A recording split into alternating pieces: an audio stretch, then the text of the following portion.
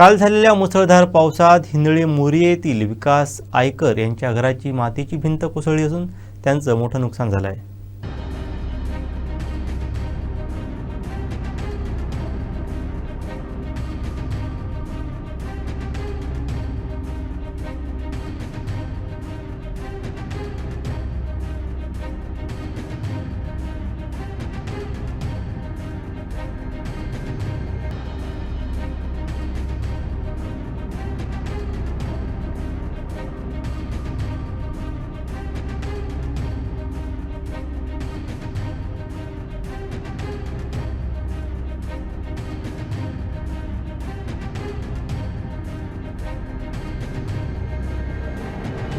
विकास अभिमन्यू आपकर, मी मोरव्यामध्ये राहतो।